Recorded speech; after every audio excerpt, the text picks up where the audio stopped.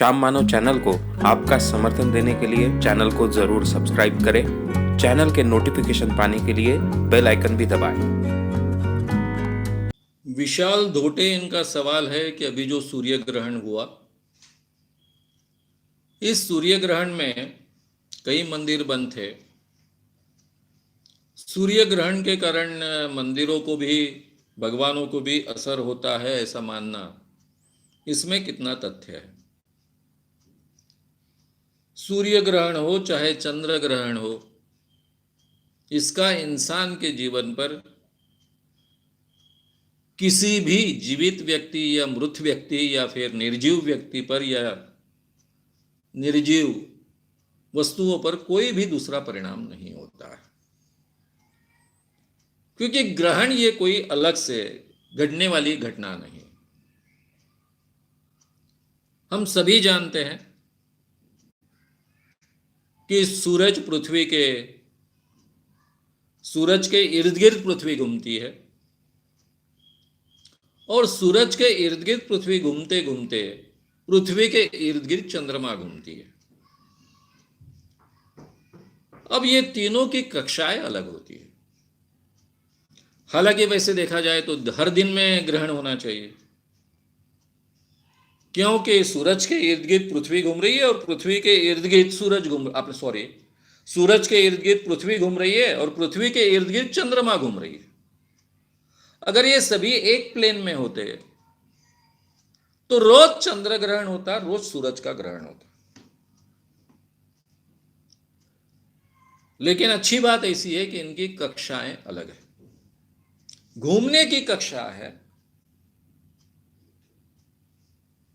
सूरज के इर्द गिर्द पृथ्वी की, और पृथ्वी के इर्द गिर्द घूमने की जो कक्षा है, इनके प्लेन्स अलग है। प्लेन्स अलग होने के कारण रोज ही सूरज और पृथ्वी के बीच में चंद्रमा आती है, लेकिन चंद्रमा को जो सूरज की किरणें अड़ती हैं, उसकी छांव पृथ्वी पर नहीं पड़ती है, क्योंकि उसकी प्लेन अलग होने के कारण वो छांव पृथ्वी के बाहर चले जाती है। जब तीनों की प्लेन एक हो जाती है, तब क्या स्थिति होगी कि सूरज है, पृथ्वी है, बीच में चंद्रमा है, सूरज की छांव चंद्रमा पर पड़ रही है, पृथ्वी पर नहीं पहुंच रही है। अब चंद्रमा छोटी है, पृथ्वी बहुत बड़ी है, इसलिए कभी भी पूरे का पूरा सूरज डूबा हुआ पृथ्वी के बड़े हिस्से में नहीं दिखता है। कुछ हिस्से में थोड़ा सा हिस्सा दिखता है, कुछ हिस्से में कंकणाकृति दिखता है, कुछ हिस्से में बड़ा हिस्सा दिखता है। यानी एक ही सूरज का ग्रहण जिसको हम कहते हैं, हालांकि ग्रहण सूरज को नहीं लगता है, ग्रहण तो पृथ्वी को लगता है। चंद्रमा की छांव पृथ्वी पर पड़ती है, लेकिन हम सूरज को ग्रहण कहते हैं क्योंकि हमको आंखों से सूरज नहीं दिखता है। तो ये जो ग्रहण होता है जिसको हम कहते हैं, उसमें क्या होता है, केवल आने वाली किरणें अड़ती है सूरज की। किरणें अड़ने के बाद में कोई चंद्रमा अलग किरणें निर्माण करता है क्या? चंद्रमा किरणें निर्माण ही नहीं करता है, केवल रिफ्लेक्ट करता है। अब उसका रिफ्लेक्शन नहीं होता है। डेली आने वाली सूरज की किरणें वो कुछ समय के लिए अड़ जाती है, इतना ही होता है। और इस कारण ऐसा कोई परिवर्तन नहीं होता कि जिसका परिणाम किसी मनुष्य जीव पर हो या फिर किसी चीजों पर हो, अन्न वस्त्र पर हो। ये आज के जमाने में हम बहुत अच्छे ढंग से जानते हैं। नहीं कुछ किरणों का कुछ अलग परिणाम हो, ऐसी स्थिति निर्माण हो, ऐसा भी नहीं होता है। अब हमको कहा जाता है कि सूरज की तरफ आप डायरेक्टली मत देखिए, अल्ट्रावायोलेट किरणों का या बाकी किरणों का आपके आंखों पर परिणाम होगा। वो कोई ग्रहण के कारण निर्माण नहीं होती वो किरणें, वो तो किरणें आती ही रहती है। वैसे भी हम सूरज की तरफ डायरेक्टली कभी भी नहीं देख सकते हैं, देखेंगे तो उसके बुरे परिणाम तब भी भोगेंगे। लेकिन ग्रहण देखने के लिए हम डेलिबरेटली उस तरफ देखना चाहते हैं, क्योंकि कुछ हिस्सा हमें दिखाई नहीं देता है, किरणें कम हमारे आंखों तक पहुंचती हैं। इसलिए गलती से हम ना देखें, उसके कारण भी अल्ट्रावायलेट और बाकी किरणों का हमारे आंखों पर बुरा परिणाम हो सकता है, ऐसा हमको कहा जाता है। या आज के जमाने की बात कर रहा हूं, तो वो भी कोई अलग किरणें निर्माण नहीं होती है कि ग्रहण लगता है तभी ये किरणें निर्माण होती है तो इसलिए हमने उस तरफ नहीं देखना चाहिए, ऐसा कुछ भी नहीं है उसमें। वो किरणें सामान्यतः आते ही रहती है, हम देखते नहीं है, देखने की कभी हिम्मत नहीं करते सूरज की तरफ। हाँ, अभी कुछ गधे लोग होते हैं, वो सूर्य त्राटक सिखाते हैं। सुबह के समय में जब सूरज उगता है तब सूरज की तरफ देखो और सूरज त्राटक करो, ऐसे कुछ बुद्धू लोग होते हैं, उसके कारण आंखें डेफिनेटली खराब हो जाती है। तुम कुछ समय के लिए सुबह का उगता सूरज देखोगे, कुछ समय के लिए ठीक है, लेकिन आप ज्यादा समय देखोगे तो डेफिनेटली आपके आंखों को उसके बुरे परिणाम भुगतने पड़ेंगे। तो ग्रहण के कारण कोई भी अलग से किरणें निर्माण नहीं होती है। पहले के जमाने में हमें ग्रहण क्यों निर्माण होते हैं ये पता नहीं था, इसीलिए हमारी अलग अलग मान्यता है। ये राहु केतु उसी में से पैदा हुए। राहु केतु नाम के राक्षस होते हैं, वे सूरज को निगलते हैं। अब राहु ने या केतु ने सूरज को निगलने के कारण ग्रहण होता है। जब वो चंद्र को निगलते हैं तब चंद्र ग्रहण होता है। कभी राक्षस होते हैं, कभी वे सांप होते हैं, अलग अलग वर्णन हमको पुराणों में मिलता है। वही वर्णन का जो पुराणों में जो वर्णन है वही हमारे सामान्य मान्यताओं में घुस चुका है। इसलिए ग्रहण के समय आपने जो कपड़े पहने, मुझे आज भी याद है कि बचपन में मेरा घर भी बहुत अंधविश्वासी था। ग्रहण के समय, ग्रहण लगने के पहले पंचांग देखकर सबको ग्रहण का पता चलता था। आज जैसा हो हल्ला नहीं होता था, पेपर में भी न्यूज नहीं रहती थी कि ग्रहण कोई बहुत बड़ी बात है, लेकिन पंचांग तो हर व्यक्ति देखता था। घर घर में पंचांग थे, उपवास करने होते थे, वो पंचांग के आधार पर ही चलते थे। मेरे घर में तो मेरी माँ हफ्ते में 2-2 दिन उपवास ही करती, तो पंचांग के कारण पहले से ग्रहण का पता होता था सबको।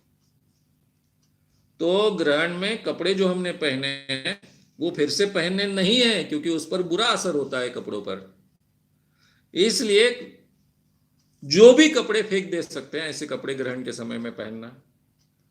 ग्रहण लगने के पहले ही खा लेने का, पका हुआ कुछ भी रखने का नहीं, क्योंकि पका हुआ कुछ रहेगा तो उसमें ग्रहण की जो बुरी किरणें होती है वो जाएगी, और उस कारण अन्न खाएंगे तो उसके दुष्परिणाम होंगे। अब अचरज की बात ऐसी है कि जो पका हुआ अनाज नहीं है उस पर बुरा परिणाम नहीं होता है, लेकिन पके हुए अनाज पर बुरा परिणाम होता है। तो इसलिए पका हुआ अन्न भी नहीं रखने का है। ग्रहण के समय में कुछ खाना भी नहीं है। जैसे ही ग्रहण खत्म हो जाता था कपड़े निकाल डालते थे, उसको एक जगह थप्पी लगा देते थे, नहा लेते थे, अपने आप को शुद्ध कर लेते थे। बाद में खाना पकता था, बाद में खाया जाता था, चाहे नाश्ता हो, खाना हो, जो भी हो, लेकिन ग्रहण में कुछ नहीं। ये सब तो घर घर में हमने अनुभव किया है।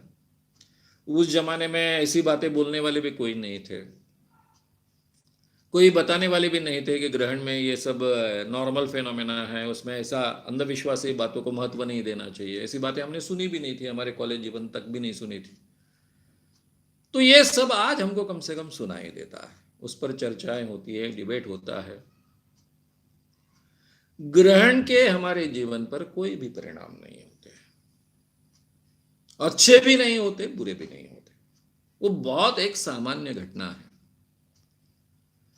जब सूरज और पृथ्वी के बीच में चांद आता है तब चांद की छांव हम पर पड़ती है, उसको हम सूरज का ग्रहण कहते हैं।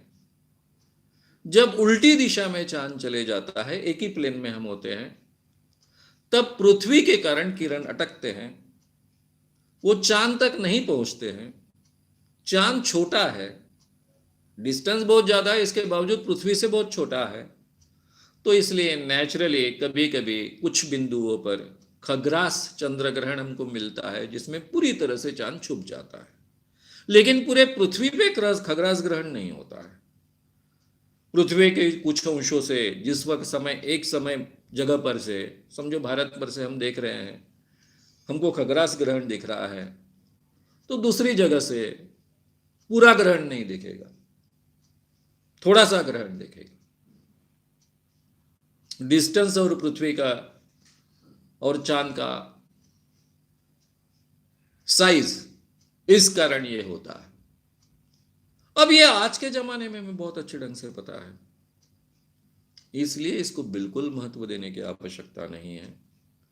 ग्रहण के प्रोग्राम के समय स्टार न्यूज पर प्रोग्राम था, बड़ा प्रोग्राम हुआ।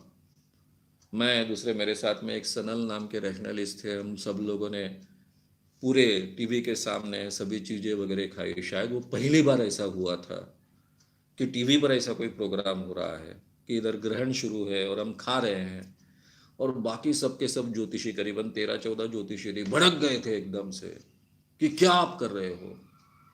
यानी उनको ये डर नहीं था कि हमारा कुछ तो भी बुरा हो जाएगा, हम मर जाएंगे, लोगों का अंधविश्वास टूट जाएगा, इसका उनको सबसे ज्यादा डर था।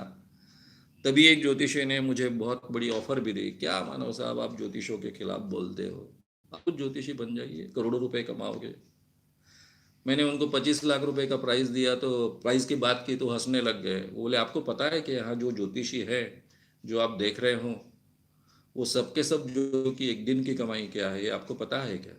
हम एक अपॉइंटमेंट के लाख के ऊपर लेते हैं, और दिन में कम से कम 10-12 अपॉइंटमेंट्स हमारी होती है। सबके सब टीवी पर अपना ज्योतिष बताने वाले बड़े बड़े ज्योतिष थे। तो ये इतना बड़ा धंधा है, ग्रहण का डर उसका हिस्सा है, ज्योतिषियों का भी और पुजारियों का भी। इसलिए भगवान को भी डरा कर रखते हैं। अब जो सीधी सी बात है, हमारी धर्म की मान्यता ऐसी है कि ईश्वर ने ही चंद्र सूर्य निर्माण किए, उसके ग्रहण का परिणाम ईश्वर पर कैसा होगा, इस पे कोई लॉजिक हो सकता है क्या? तो ये भगवान के मंदिरों को बंद रखना वगैरह वगैरह सब जो प्रकार है, ये पुजारियों का व्यवसाय है। इसका वैसे देखा जाए तो ईश्वर से कोई संबंध नहीं। या तो ईश्वर ने चंद्र सूर्य निर्माण नहीं किए, इसलिए उनको डरना चाहिए। चंद्र सूर्य में इतनी ताकत होती है कि ईश्वर को डर के छुप के बैठना चाहिए, मंदिर के पटल भी बंद कर देना है, भक्तों को तब दर्शन भी नहीं देना है, ये सब करना होगा। तो ये सब धंधे की बात है। ग्रहण का डर ये हमारा अंधविश्वास है, पहले अज्ञान के कारण पनपा, उसको फिर पीढ़ियों तक टिका कर रखा धंधा करने वाले इन लोगों ने, और आज के जमाने में भी वो टिकाना चाहते हैं, क्योंकि इसमें ज्योतिषियों का और पुजारियों का धंधा है। भाई अब ग्रहण को नहीं डरेंगे, फिर राहु केतु को कैसा डरेंगे, फिर शनि को कैसा डरेंगे, फिर 7.5 को कैसा डरेंगे, उनका धंधा कैसा चलेगा? जब महाराष्ट्र में जादू टोना विरोधी कानून बना तो उसमें कोई ज्योतिष के बारे में कुछ भी नहीं है। उल्टा ऐसा है कि ज्योतिष जो सलाह देते हैं वो सलाह इस कानून में नहीं है, ये बताया गया है ही नहीं, तो इसलिए केवल उसका स्पष्टीकरण है, यानी कोई छूट वगैरह नहीं है, केवल ये कानून का स्पष्टीकरण कर कि भाई ज्योतिष के बारे में इसमें कुछ भी नहीं, ज्योतिष की सलाह इससे एक्सक्लूड है। तो कई नंदी बैल वालों के मुझे फोन आए, मानव साहब क्या आखिरी में लाया ना आपने कानून। मेरी उनकी अच्छी बातचीत होती थी, बार बार होता था, इतने 10 करीबन 2005 से शुरू हुआ ये सब प्रकरण, और 2013 में कानून बना, तो 8 साल तक ये चलता रहा। तो 8 सालों में कई बार ये नंदी वाले बैल वाले मुझसे मिलते थे, मैं भी उनसे बहुत प्यार से बात करता था, उनके लीडर भी मुझसे बहुत प्यार से बात करते थे। तो उन्होंने कहा आखिरी में किया ना आपने कानून, लाया ना हमारे पेट पर, लात मारी ना आपने। मैंने कहा मारी, आप कुछ भी कहिए ना, आपको जो भी कहना है किसी से कुछ भी कहिए। समझो आपने किसी स्त्री को कहा कि भाई तू इस देश की प्रधानमंत्री बनेगी, तो भी चलेगा। इतना ही तुमने कहा कि भाई तू कुछ दिनों के बाद में अंबानी से भी अमीर बनेगी, तो भी चलेगा। उसके भी आगे तुमने कहा कि तुम अमेरिका के राष्ट्रपति बनोगी, भारत की कोई गवार स्त्री को, एक अनपढ़ स्त्री को भी कहोगे आप, तो भी आपको माफ है। क्योंकि हमारे देश में झूठ बोलना, चिल्ला चिल्ला कर झूठ बोलना, ये कानूनन अपराध नहीं है, और अपने भी जादू टोना विरोधी कानून में भी अपराध नहीं है, इसलिए कुछ भी बोलो, लेकिन डर मत बताओ। तुम बोलोगे कि ऐसा नहीं किया तो राहु केतु का तुम पर प्रकोप होगा, तुम्हारे घर में मृत्यु की संभावना है, नुकसान होगा, तो ये कानूनन अपराध है, फिर तुमको 6 महीने के लिए जेल में जाना पड़ेगा। ज्योतिषियों को सलाह देने के लिए एक्सक्लूड किया गया है, डर बताने के लिए, भय बताने के लिए एक्सक्लूड नहीं किया गया है।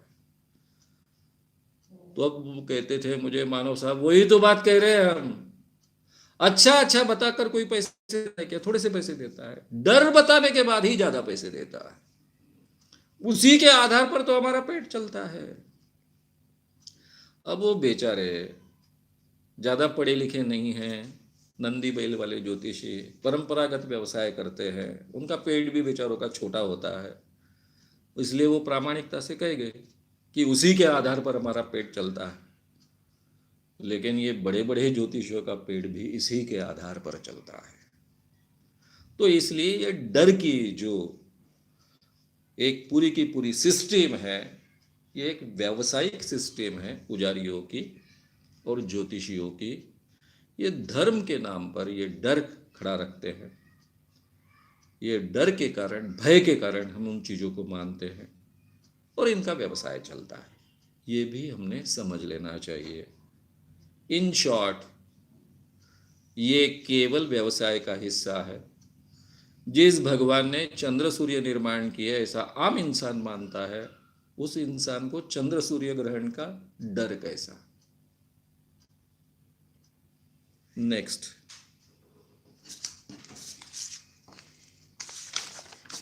विदा सागर जी की जो अभिनव भारत संगठन तब की थी और आज भी अभिनव भारत संगठन जो है वो क्या दोनों एक ही है या अलग अलग?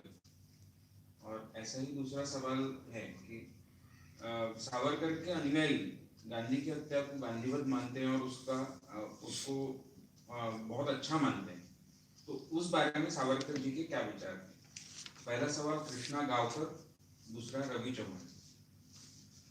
कृष्णा गावकर और रवि चौहान इन दोनों के सवाल है कि सावरकर जी की जो अभिनव भारत ये संगठन था, पहले का संगठन, आज का संगठन, इसमें क्या अंतर है। और दूसरी बात उन्होंने पूछी कि सावरकर, इनका हाथ गांधी हत्या में था ऐसा जो माना जाता है। खास कर सावरकर को मानने वाले जो लोग हैं, उनमें से काफी लोग गांधी की हत्या को गांधी वध कहते हैं और गांधी जी का वध ये बहुत अच्छी घटना हुई ऐसा मानते हैं। उसके बारे में आपका क्या कहना है? आपके दोनों सवाल बहुत महत्वपूर्ण हैं। अभिनव भारत के बारे में बहुत ज्यादा जानकारी तो है नहीं। सावरकर जी का ये सबसे बड़ा, जिसको हम कहते हैं बुरी बात है, मराठी में दैव, दुर्दैव ऐसे शब्द हैं, बदकिस्मती। अब किस्मत तो होती नहीं, इसलिए बदकिस्मती को पर्यायी शब्द जो होगा वो समझ लीजिए कि उनको अच्छे अनुयायी नहीं मिले, उनको सही समझने वाले बहुत कम अनुयायी मिले। उनमें एक है शेषराव मोरे, जिन्होंने सही माने में सावरकर जी को बहुत अच्छे ढंग से समझ लिया और बहुत अच्छे ढंग से लोगों के सामने रखा भी। लेकिन उन पर सावरकर कर एक सिक्का मार दिया, वे बहुत प्रोग्रेसिव हैं, सावरकर जी बहुत प्रोग्रेसिव है। सावरकर जी के प्रोग्रेसिव होने के बारे में मैंने 2 उदाहरण आपको दिए थे। एक पुल देशपांडे जी का भाषण। पुल देशपांडे महाराष्ट्र का एक प्रोग्रेसिव व्यक्ति, बहुत बड़े लेखक, बहुत बड़े साहित्यिक, जिनके प्रति महाराष्ट्र में बहुत आदर है और बहुत बड़े प्रोग्रेसिव विचारों के, और केवल विचारों के स्तर पर नहीं, एक्टिव, लोगों को उस ढंग से वो मदद भी करते थे। ऐसे पुल देशपांडे जी ने अटल बिहारी वाजपेयी के सामने भाषण देते हुए कहा कि सावरकर के कारण मैं विज्ञानवादी बना, नास्तिक बना। सावरकर का सबसे बड़ा योगदान है उनका विज्ञानवाद, उनका प्रोग्रेसिवनेस। यह प्रोग्रेसिवनेस बहुत ताकत से शेषराव मोरे जी ने रखा। शेषराव मोरे जी का एक व्याख्यान यूट्यूब पर है, जो सावरकर के एक प्रोग्राम में वो कह रहे हैं, सावरकर प्रतिष्ठान में जो प्रोग्राम हो रहा था उसमें कह रहे हैं। और तब वो गांधी हत्या के बारे में कुछ तो भी कह रहे थे कि गांधी हत्या में सावरकर का हाथ कैसा नहीं है, ये बात कह रहे थे। तब एकदम से उस प्रतिष्ठान में जो प्रेक्षक लोग थे, श्रोता लोग थे, सुनने वाले लोग थे, उनमें से कुछ लोग चिल्लाने लग गए कि गांधी हत्या नहीं, गांधी वध, वध कहो। और ये बात YouTube पर जो व्याख्यान शेषराव मोरे जी का उपलब्ध है मराठी में, उस व्याख्यान में दिखती है। और शेषराव मोरे कुछ बोले नहीं उस पर, और उस बात को टाल कर अपनी बात आगे कहने लग गए। मैं अभी कुछ दिनों पहले उनसे मिला, तब मैंने ये बात उनसे पूछी कि आपने तब उस बात को केवल टाल दिया। अब मेरे जैसा व्यक्ति होता तो शायद मैं कहता कि ये हत्या, वध, अगर आप मानते हैं ये वध है तो इसका मतलब ऐसा है कि सावरकर जी का उसमें हाथ है। सावरकर को मानने वाले लोग अगर गांधी हत्या को गांधी वध कहते हैं, क्योंकि वध और हत्या में फर्क है, यानी जो हिंदी भाषिक लोग हैं उनके ध्यान में आने के लिए मैं कहता हूं, भगवान जब राक्षस की हत्या करते हैं तो उसको हत्या नहीं कहते, मर्डर नहीं कहते हैं, उसको वध किया ऐसा कहते हैं। वध यानी अच्छी बात, अनिवार्य बात, दूसरा कोई चारा नहीं। भगवान राक्षसों का वध करता है, वैसा वध करना, इसलिए वध शब्द का आग्रह होता है।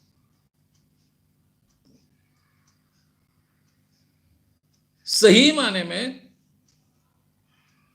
ये जो गांधी हत्या का सबसे बड़ा दाग सावरकर जी पर लगा है, उसके लिए जितने बाकी लोग जिम्मेदार है, उससे ज्यादा अपने आप को सावरकरवादी कहने वाले लोग ज्यादा जिम्मेदार हैं। वे सही माने में सावरकर को इतना अमानुष ठहरा देते हैं, अमानुष, कायर, छुप छुप कर गांधी की हत्या करने वाला ठहरा देते। उसमें कुछ मराठी के एक प्रसिद्ध एक्टर भी, मैं जाहिर तरीके से कहता हूं कि इनका अगर सावरकर मैंने सुना होता तो सावरकर नाम को मैं स्पर्श भी नहीं कर पाता। अच्छा हो गया कि इनके पहले मुझे सावरकर मालूम थे। मैं किर्लोस्कर प्रेस में नौकरी करने को गया, सावरकर जी के ओरिजिनल आर्टिकल्स किर्लोस्कर के पढ़े, तब तो स्त्री के आर्टिकल्स मैंने पढ़े नहीं थे जो आज आपके सामने मैं सब रख रहा हूं। ये मैक्सिमम आर्टिकल्स किर्लोस्कर और स्त्री में प्रसिद्ध हुए हैं 1933, 34, 35, 36 के दरमियान, खासकर 34 to 36 के दरमियान, और उसके बाद में वो मैंने ओरिजिनल पढ़े थे, इसलिए मैं सावरकर को पकड़ कर था। अगर मैं सावरकर प्रतिष्ठान के आधार पर जो लोग बातें कहते हैं, हमारे मराठी के प्रसिद्ध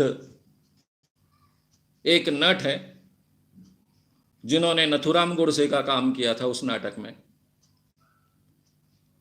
अगर उनकी बातें मैं सुनता तो मैं सावरकर को टच भी करने लायक योग्य व्यक्ति नहीं समझता, और इतने बड़े एक महान व्यक्ति को मैं मुक जाता, यानी पा नहीं सकता। अरे जो बातें सावरकर जी ने कही है वो इतनी अलग है कि इन लोगों से उनका कोई लेना देना नहीं। आपने सावरकर जी का कभी विज्ञानवाद, सावरकर जी ने इतनी बातें कही है मनुस्मृति से लेकर यहां तक की बातें, कभी किसी दूसरे के मुंह से सुनी है आपने? कभी पूरे भारत में सुनी आपने? कोई वो बातें कहने की इच्छा नहीं करता। अभी अभी की बात है, टीवी पर आपने ये इंटरव्यू शरद पवार जी का सुना होगा। क्योंकि शरद पवार जी ने एक बहुत बड़े प्रोग्राम में, सावरकर जी के बारे में एक प्रोग्राम था, तब शरद पवार मुख्यमंत्री थे, और उन्होंने सावरकर जी के बारे में बहुत अच्छा कहा था। अभी तो पूरे देश में बवाल मचा है। ये बवाल मचा है तो बार बार सावरकर को उसमें खींचा जाता है, माफी वीर सावरकर, अलग अलग। फिर अपने राहुल गांधी जी ने में कह दिया कि मैं कोई सावरकर नहीं हूं, मेरा सरनेम कोई सावरकर नहीं है, मैं माफी नहीं मांगूंगा, और उसके कारण बड़ी चर्चा हुई। इसमें वो शरद पवार जी अभी महाराष्ट्र की जो नई सरकार बनी, तो पहले सरकार ने आग्रह किया था कि सावरकर को भारत रत्न देना चाहिए, उस पर काफी चर्चाएं हुई। अब नए सरकार के मुखिया में से एक शरद पवार जी है, तो इस कारण उनकी वो पुरानी क्लिप घूमने लग गई। तो उनको इंटरव्यू में पूछा गया, पत्रकार लोगों के साथ में उनका इंटरव्यू था, शायद दिव्य मराठी के पत्रकारों के साथ में उनका चल रहा था, वार्तालाप चल रहा था। तब ये सवाल पूछा, तब जो शरद पवार जी ने जवाब दिया वो बहुत महत्व का है, इसलिए उसका उल्लेख मैं यहां पर कर रहा हूं। शरद पवार जी ने कहा कि तुरुंग में जाना, जेल में जाना मंडाले के, ये एक हिस्सा है सावरकर जी के जीवन का। वहां काफी लोग थे, जिंदगी भर वहां सड़ते रहे, कुछ लोग वहीं मर गए, उनका नाम भी किसी को मालूम नहीं, सावरकर के नाम की चर्चा होती है। ये एक हिस्सा है उनके जीवन का। लेकिन उनके जीवन का दूसरा बहुत बड़ा हिस्सा है, जो रैशनल बातें उन्होंने कही, विज्ञानवादी बातें उन्होंने कही, वो बातें, वो हिस्सा बहुत बड़ा हिस्सा है, और ये बातें बहुत महत्वपूर्ण है। हम तो केवल गाय के बारे में उन्होंने कहा यहां तक जानते, लेकिन बाकी भी बातें उन्होंने बहुत कही है। और मेरे जीवन में मैंने एक नियम बनाया है कि अगर किसी में पॉजिटिव चीजें बहुत ज्यादा है, तो उसमें की छोटी सी नेगेटिव चीजों को मैं दुर्लक्षित कर देता हूं, उसके तरफ ध्यान नहीं देता, और जो पॉजिटिव चीजें बहुत ज्यादा है उसको महत्व देता हूं, और उस व्यक्ति को उसकी मान्यता उस आधार पर मैं देता हूं। इसलिए मैं सावरकर को बहुत महत्व देता हूं, उनको मानता हूं। और फिर उसी आधार पर यह सवाल पूछा गया कि फिर अजित पवार के बारे में भी आप ऐसा सोच रहे हो क्या, यानी अच्छी चीजें बहुत ज्यादा है, बुरी थोड़ी कम है। तब उन्होंने अजित पवार जी के बारे में बहुत सुंदर वर्णन किया कि बिल्कुल आप कह रहे हो वैसा ही है। अजित पवार बहुत मेहनती है, लोगों का, कार्यकर्ताओं का बहुत काम करते हैं। सुबह 7 बजे से लेकर रात को 11-12 बजे, कितने भी बजे, तो भी उनके पास जो लोग आएंगे उनका काम पूरा ही करेंगे, तुरंत करते हैं काम के बारे में। और बहुत अच्छा एडमिनिस्ट्रेशन उनका है, उनके शासन पर बहुत अच्छी पकड़ होती है। ये जो उनके गुण है उसको मैं बहुत मानता हूं। फिर बाकी के थोड़ी सी बातें हैं जिनके कारण मेरी भी पूरे महाराष्ट्र में, पूरे देश में अड़चन हो जाती है वगैरह वगैरह, उसके तरफ मैं कम ध्यान देता हूं। ये उन्होंने उसके तुलना में जब सवाल आगे पूछा गया तो उन्होंने जवाब दिया था, मुझे ये जवाब बहुत सुंदर लगता है। मेरा कहना थोड़ा सा इसमें एक एडिशन है, सावरकर जी, गांधी जी के वध में उनका हाथ होना असंभव है, ऐसा मुझे सही माने में लगता है।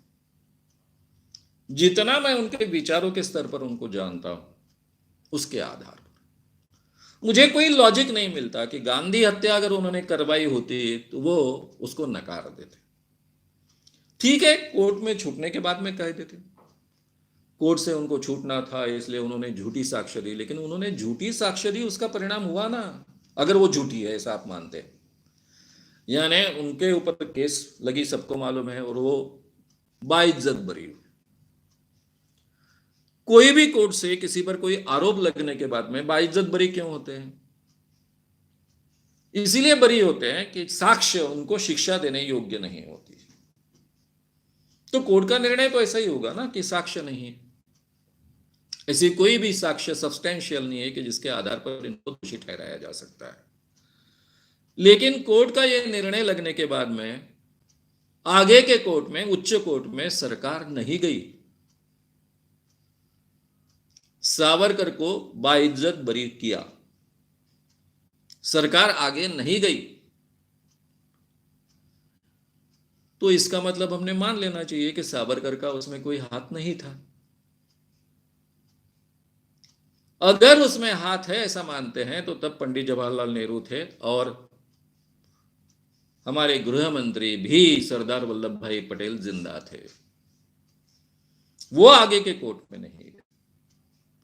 तो हमको कहना पड़ेगा कि गांधी हत्या को समर्थन था सरदार वल्लभ भाई पटेल और पंडित जवाहरलाल नेहरू जी का।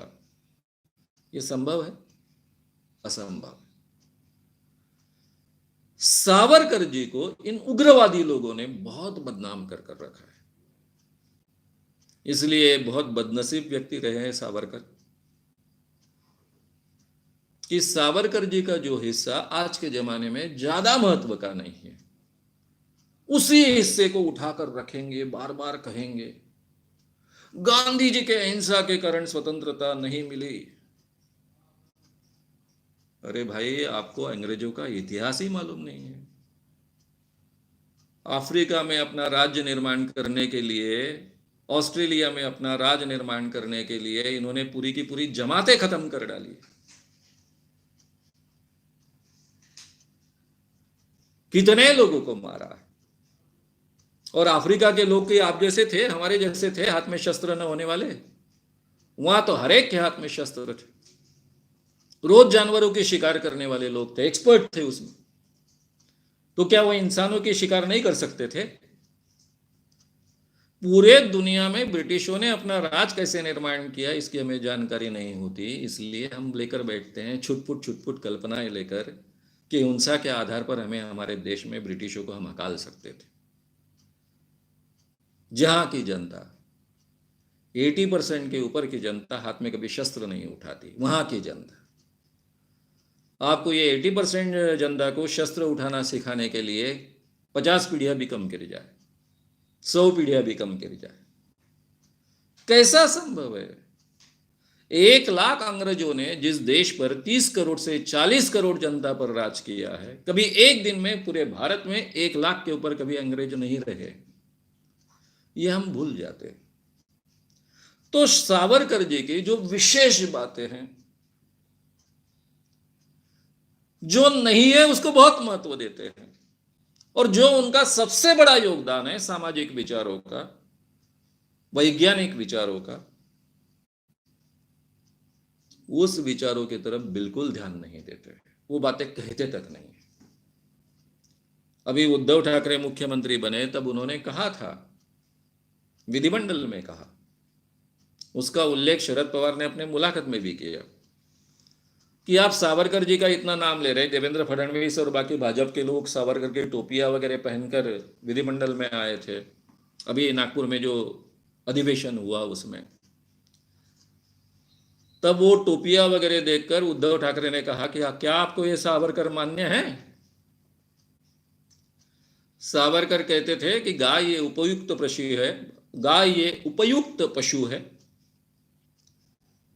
और ये पशु का जब काम खत्म हो जाए तब उसे मारकर खाया जाए। ये आपको मान्य है? ये सवाल खड़ा किया था उन्होंने, ऐसा कहा। फिर दूसरा एक वाक्य जो बहुत प्रसिद्ध हुआ, सब पेपर्स में वगैरह छप के आया, कि यहां गाय की सुरक्षा के लिए गोवंश हत्याबंदी का कायदा करते हो और बाजू में गाय को खाते हो। गोवा में गाय को खाया जाता है, गोमांस खाया जाता है, गोवा में गोवंश हत्याबंदी नहीं है। और उल्टा पर्रिकर वहां के मुख्यमंत्री ने जाहिर तरीके से कहा था, स्टेटमेंट दिया था कि मैं गोमांस खाता हूं, मैं बीफ खाता हूं। ये स्टेटमेंट रिजिजू जी ने भी दिया था, दोनों भाजपा के मंत्री है। उसके संदर्भ में कहते हैं, क्योंकि महाराष्ट्र को लगकर गोवा है। तो सावरकर के ये जो विचार है, जो बहुत इस देश के लिए महत्वपूर्ण है, हिंदुत्व के नाम पर उन विचारों का पूरा का पूरा पर्दा डाला जाता है। यानी सावरकर के विचार कभी आगे आने ही नहीं दिए गए।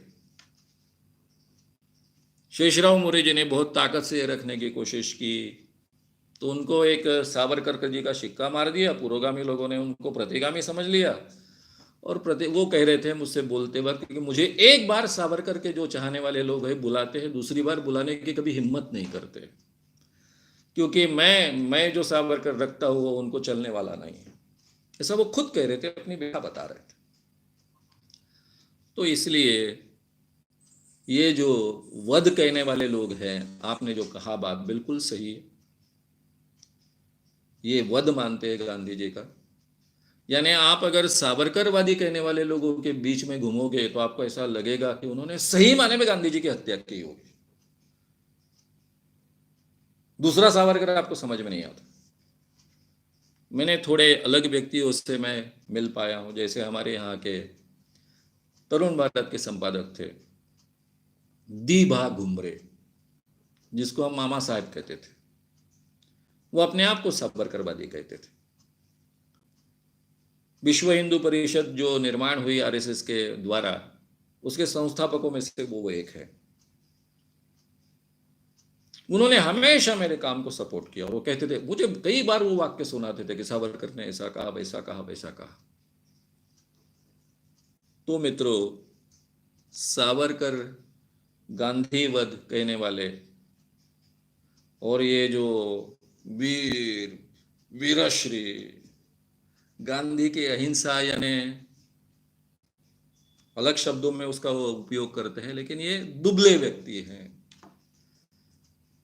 गांधी एक दुबला व्यक्ति था, दुर्बल व्यक्ति था। ये दुर्बलता है अहिंसा, ऐसा कहकर कहने वाले। फैक्ट ये है कि हमारे देश में हजारों ऐसे अंग्रेजों को मारने वाले वीर पुरुष पैदा होते तो भी इस देश को स्वतंत्रता मिलना संभव नहीं था। ये ठीक ढंग से गांधी जी ने समझ लिया था। गांधी जी भारत को बहुत अच्छे ढंग से समझ पाते थे, इसीलिए पूरे दुनिया में उन्होंने एक नया शस्त्र खोज निकाल सका। इसलिए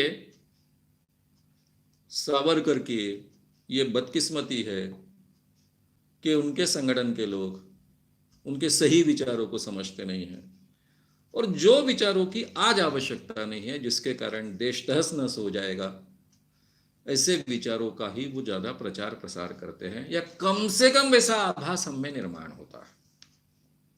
अभिनव भारत के कार्यकलाप के बारे में ज्यादा जानकारी नहीं है। अभिनव भारत, ये जो प्रज्ञा सिंह ठाकुर वगैरह इस केस में पकड़े गए थे, उसमें अभिनव भारत का नाम आया था, लेकिन उस अभिनव भारत से हमारा संबंध नहीं है, ऐसा सावरकर जी के संबंधित अभिनव भारत ने कह दिया था। लेकिन सावरकर जी के प्रतिष्ठान के एक काम के लिए मैं उनका आभार मानूंगा। वो यानी सावरकर जी के सभी साहित्य को उन्होंने बड़े पैमाने पर प्रसिद्ध किया, उनके सामाजिक विचारों को भी और वैज्ञानिक विचारों को भी बहुत बड़े पैमाने पर प्रसिद्ध किया, इसलिए उनके आभार तो डेफिनेटली मानने चाहिए। नेक्स्ट,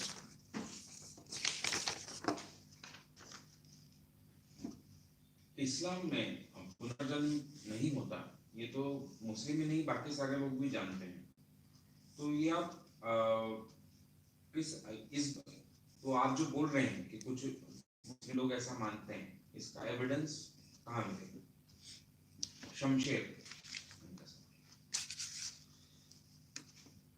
शमशेर इनका सवाल ऐसा है कि इस्लाम में पुनर्जन्म नहीं माना जाता, ये तो सभी जानते हैं।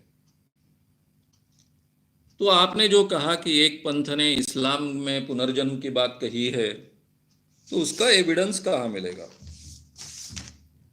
सावरकर ने आपके सामने कुछ रेफरेंसेस दिए हैं कि उन्होंने क्या क्या बड़े लोगों के साहित्य पढ़े हैं, उसके नाम भी मैंने आपके सामने रखे हैं। तो मुझे लगता है कि उनके सब ग्रंथ आपने देखने चाहिए, उस पंथों के बारे में जानकारी निकालनी चाहिए। मैं सावरकर के बारे में इतना डेफिनेटली कहूँगा कि अभ्यास के बारे में बहुत पर्टिकुलर थे, उनका कोई भी रेफरेंस कभी गलत नहीं होता है। जैसे कि उन्होंने कहा कि जॉर्ज सेल का अंग्रेजी अनुवाद कुरान का प्रख्यात इस्लाम प्रचारक डॉक्टर मोहम्मद साहेब, उनकी किताब, जस्टिस अमीर अली की किताब, आदि विद्वानों के ग्रंथ पढ़कर उन्होंने जो कई बातें रखी हैं उसमें से ये बात रखी है। उसमें से जो पुनर्जन्म की बात मैंने कही थी, तो पहली बात तो ये कि सब उपपंथ थे, ये भी आपको पता था क्या पहले? मुझे लगता है आपको बिल्कुल पता नहीं था, क्योंकि मैंने जितनी भी कुरान के बारे में आज तक की किताबें पढ़ी थी उसमें इतने उपपंथ है, इतनी अलग अलग मान्यताएं हैं, इसकी कोई जानकारी नहीं थी। ये तो कोई सोशियोलॉजिकल अभ्यास करने वाला ही व्यक्ति इस ढंग से जानकारी प्राप्त कर सकता है। तो ये जो उपपंथ में अलग अलग मान्यता है, उसमें शायद पुनर्जन्म की मान्यता है, वे प्रमाण सब आपको ढूंढने पड़ेंगे। मैं इतना ही कह सकता हूं कि सावरकर जी के रेफरेंसेस गलत नहीं हो सकते, वो रेफरेंसेस आपको वहां मिलेंगे। उन्होंने केवल एक शॉर्ट में कुछ बातें रखी है। उनके कहने का उद्देश्य इतना ही है कि एक कुरान नहीं है, कुरान की अलग अलग प्रतियां हैं, उसके अलग अलग इंटरप्रिटेशन है, अलग अलग मान्यताएं हैं। तो ये हम सभी जानते हैं कि अलग अलग पंथ है, उसमें अलग अलग मान्यताएं हैं, और सभी कुरान को मानते हैं और उनका कुरान सही है, ऐसी उनकी मान्यता है। तो उसमें से एक पंथ ये भी है कि अलग अलग जन्म होते हैं, अलग अलग जन्म लेते हैं। तो ये मान्यता होना आपको इतना अचरज भरा क्यों लग रहा है? अब एक ही मान्यता यह है कि ईश्वर के इच्छा के बगैर पत्ता भी खड़कता नहीं, और ईश्वर केवल बुरे की निर्मित नहीं करता है, अच्छे की निर्मित करता है। उसी के आधार पर पंथ बन, ये भी आपको शायद पहले पता नहीं होगा। ये सब नाम तो मैंने आपको सुनाया है, ऑलरेडी व्याख्यान में है। उस पंथ का नाम लेकर, उसके आचार्य का नहीं, उसके मौलवी का नाम लेकर या उसके प्रमुख का नाम लेकर ही बातें मैंने कही हैं।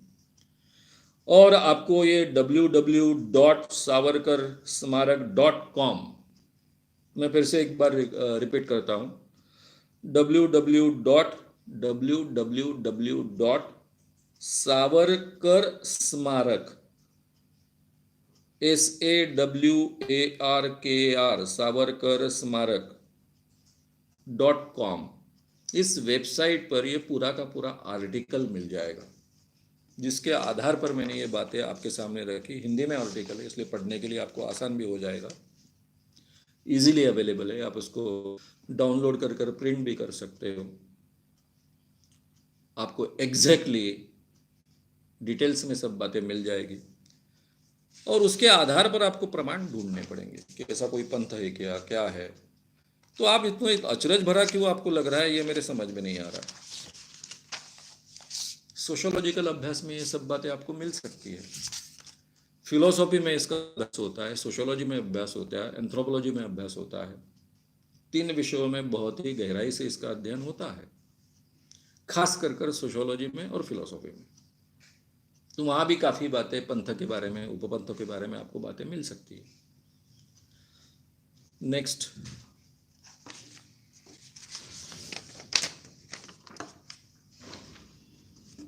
हमारे हिस्ट्री के टीचर स्कूल में हमेशा ये पढ़ाते थे कि सावरकर जी का जो राष्ट्रवाद था वो पुनरुज्जीवनवादी था। क्या आप इस बात से सहमत हैं? प्रधान राठौड़, जळगाव, महाराष्ट्र।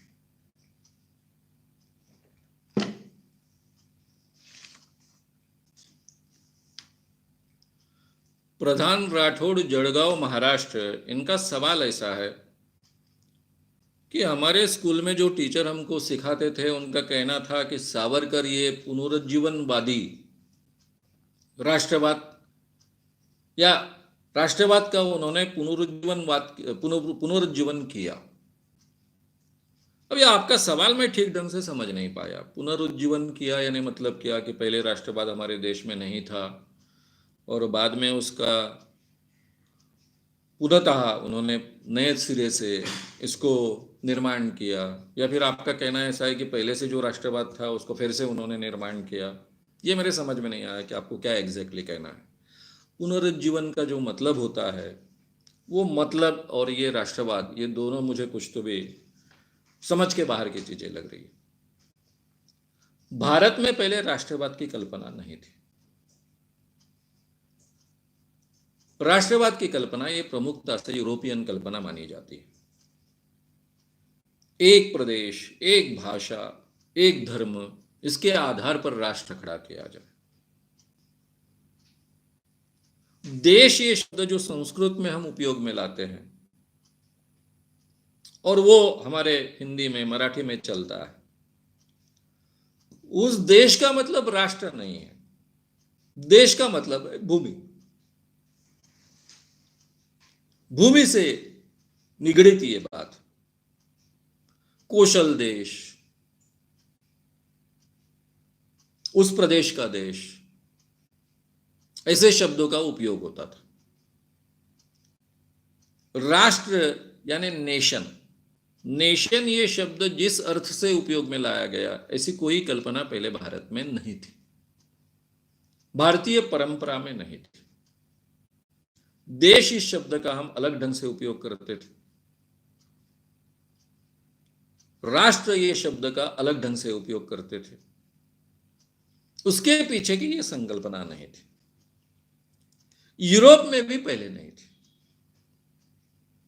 यूरोप में शायद 14वीं 15वीं शताब्दी से इसका बहुत महत्व आया। मैं शायद कह रहा हूं क्योंकि साल आगे पीछे हो सकते हैं। अचानक आपके सामने मैं सवाल का जवाब दे रहा हूं, तो इसलिए रेफरेंसेस थोड़े गलत हो सकते हैं। एक देश, एक राष्ट्र,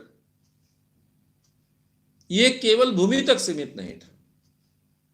एक धर्म, एक भाषा,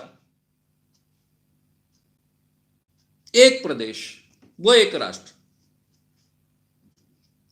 और इसलिए अलग अलग भाषाओं का जो एक महत्व था उसको खत्म किया गया, सबका एकीकरण करने का प्रयास किया गया। एक प्रधान भाषा, जैसे कल्पना करो कि भारत राष्ट्र है तो भारत की एक प्रमुख भाषा होती हिंदी, सबने हिंदी बोलना चाहिए। बाकी आप घर में बोलो ना, आपको मराठी बोलनी है घर में बोलो, लेकिन राजकाज की भाषा होगी, न्याय की भाषा होगी, बाकी सब भाषा होगी, वो हिंदी होगी। तो फिर भारत एक राष्ट्र, एक ही धर्म, एक ही भूमि। तो ये राष्ट्र की कल्पना नहीं है। 14वीं 15वीं शताब्दी के बाद उसको महत्व प्राप्त हुआ है। तो ये तो बात सही है कि सावरकर जी यूरोप की प्रगति से बहुत प्रभावित थे। नेहरू जी भी यूरोप की प्रगति से बहुत प्रभावित थे। गांधी जी यूरोप की प्रगति को जानते थे लेकिन उसकी खामियां भी समझते थे। अंबेडकर जी भी यूरोप की प्रगति से बहुत प्रभावित थे। तो इन सब पर यूरोप के नेशन की कल्पना का परिणाम तो हुआ है, जो हम पर भी हुआ है। आज जो हम राष्ट्र की बात करते हैं, नेशन की बात करते हैं, राष्ट्रवाद की बात करते हैं, ये सब यूरोपियन कल्पना है। यहां तक तो बात सही है।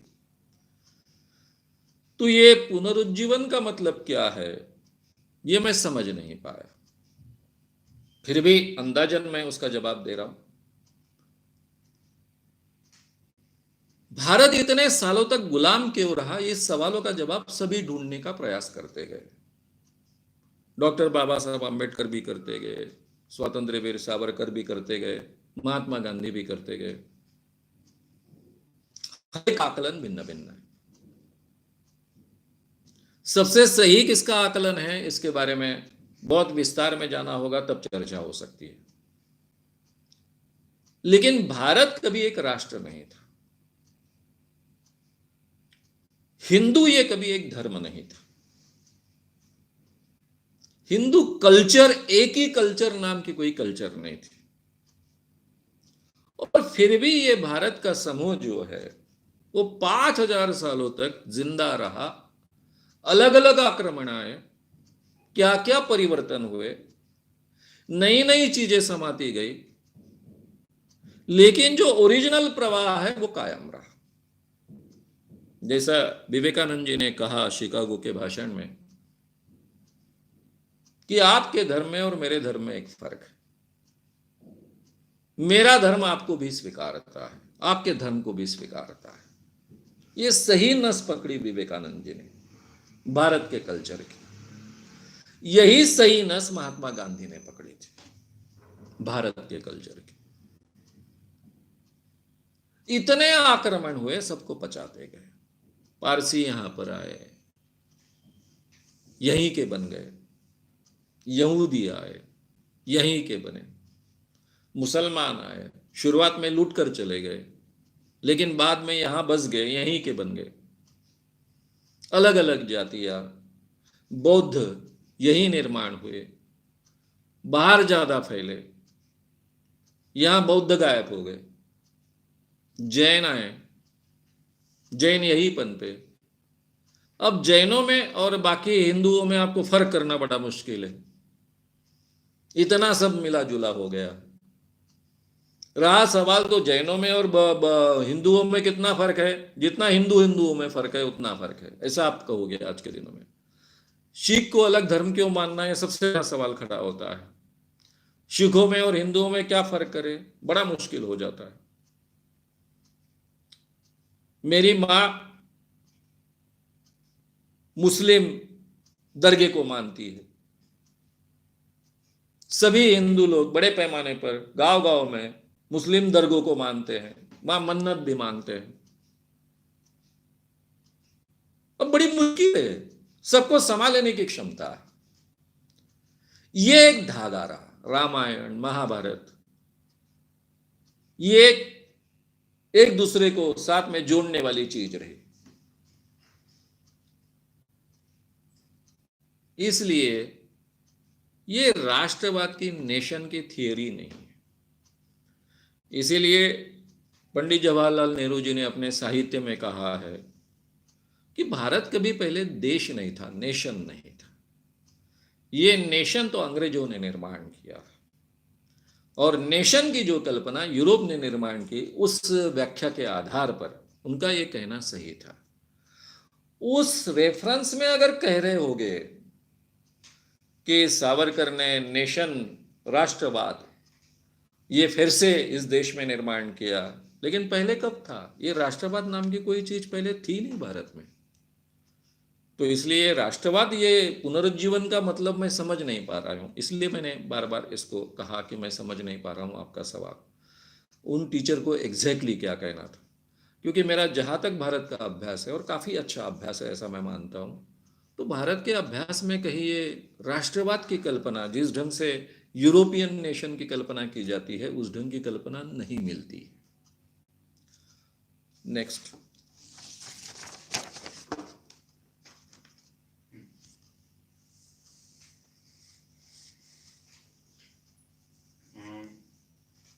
सूर्य ग्रहण तो हुआ है वैसे, पर उसी से जुड़ा थोड़ा अलग एंगल से सवाल है कि क्या सूर्य ग्रहण का गर्भवती महिलाओं पे असर होता है। और उससे जुड़ा ही सवाल है कि सूर्य ग्रहण या चंद्र ग्रहण के वक्त कई ज्योतिषी चैनलों के माध्यम से लोगों को डराते हैं, मेंटल सजेशन देते हैं, गर्भवती स्त्रियों को उपवास बताते हैं। तो क्या इसके लिए उन पर कोई कानूनी कार्रवाई हो सकती है? पहला सवाल विशाल धोटे, दूसरा सवाल घनश्याम मौर्य। विशाल धोटे और घनश्याम मौर्य का सवाल है कि ये सूर्य ग्रहण या चंद्र ग्रहण के समय में कहा जाता है कि गर्भवती महिलाओं पर यह ग्रहण का परिणाम होता है। फिर चैनल्स के माध्यम से अलग अलग ज्योतिषी अपनी भाषा में लोगों के मन में डर पैदा करते हैं। गर्भवती महिलाओं ने ग्रहण के समय में उपवास करना चाहिए ऐसा कहते हैं। तो क्या उसके बारे में कोई उन पर एक्शन हो सकती है? कानून में कोई प्रावधान है? महाराष्ट्र का जो जादू टोना विरोधी कानून है, उसमें अनुसूची शेड्यूल 8 में कहा गया है कि अगर किसी भी आधार पर किसी के मन में भय उत्पन्न किया जाता है, डर निर्माण किया जाता है मृत्यु का, मृत्यु संभव है इस ढंग से, या फिर उसका आर्थिक नुकसान होगा, ये भय निर्माण किया जाता है, तो ये कानूनन अपराध है। अब आर्थिक नुकसान बोला, उसमें आर्थिक नुकसान आ ही जाता है। तो कोई आपका नुकसान होगा ऐसा कहता है किसी भी कारणवश, या फिर मृत्यु संभव है इस ढंग से कहता है, यानी मृत्यु का डर उत्पन्न करे ऐसा कहता है, तो ये कानूनन अपराध है डेफिनेटली। टीवी पर जो न्यूज आती है या फिर टीवी पर कोई अगर ये ऐसा ज्योतिषी कह रहा है, उस पर एक्शन हो सकती है कि नहीं? महाराष्ट्र के कानून के आधार पर हो सकती है। कानून में ज्योतिषियों का सलाह है वो एक्सक्लूड है।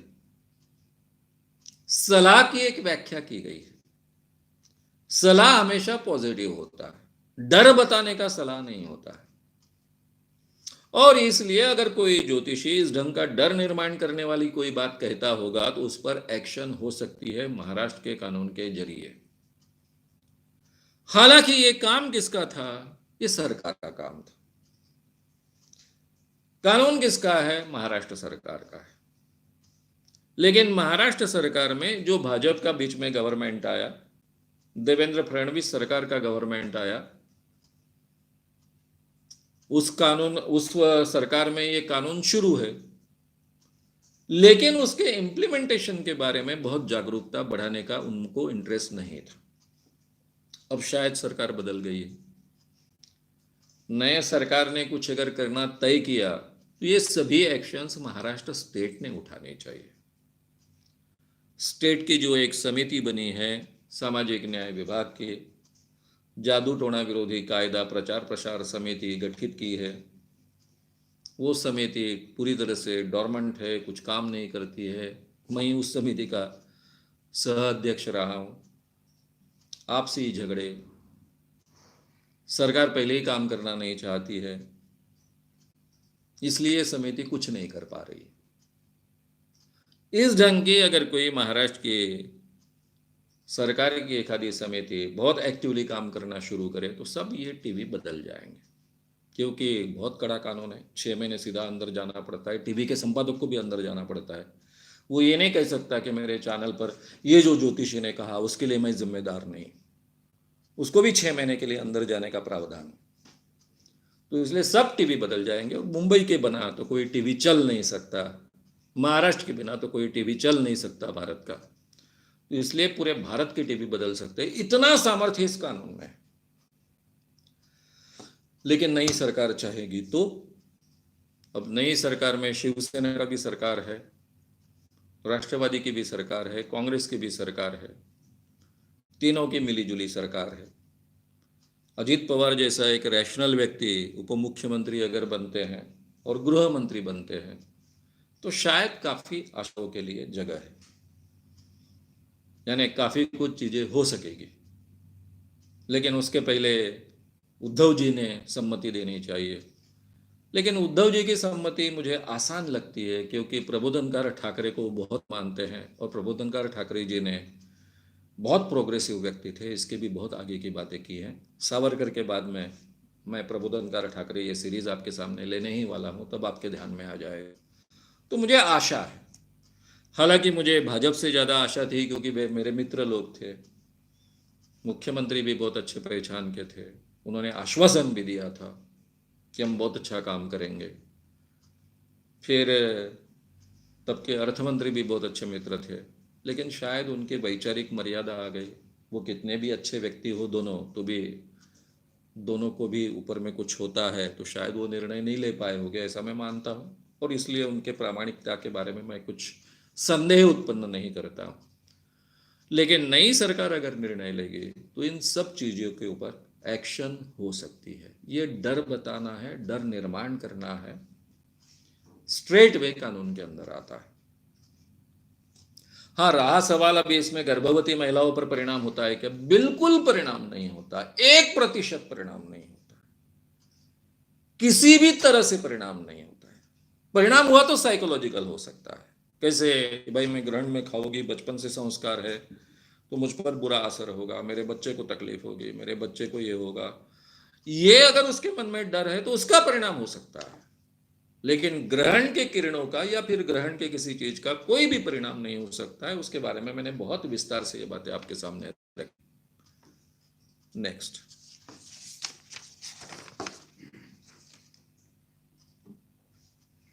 दुनिया में मुस्लिम धर्म को मानने वालों की संख्या 2 नंबर पर है, यानी क्रिश्चियंस के बाद सबसे ज्यादा मुस्लिम ही। तो ये धर्म इतना फलने फूलने के पीछे क्या कारण है? क्या तलवार के बल पर जबरदस्ती से प्रचार प्रसार हुआ? अजय राउत।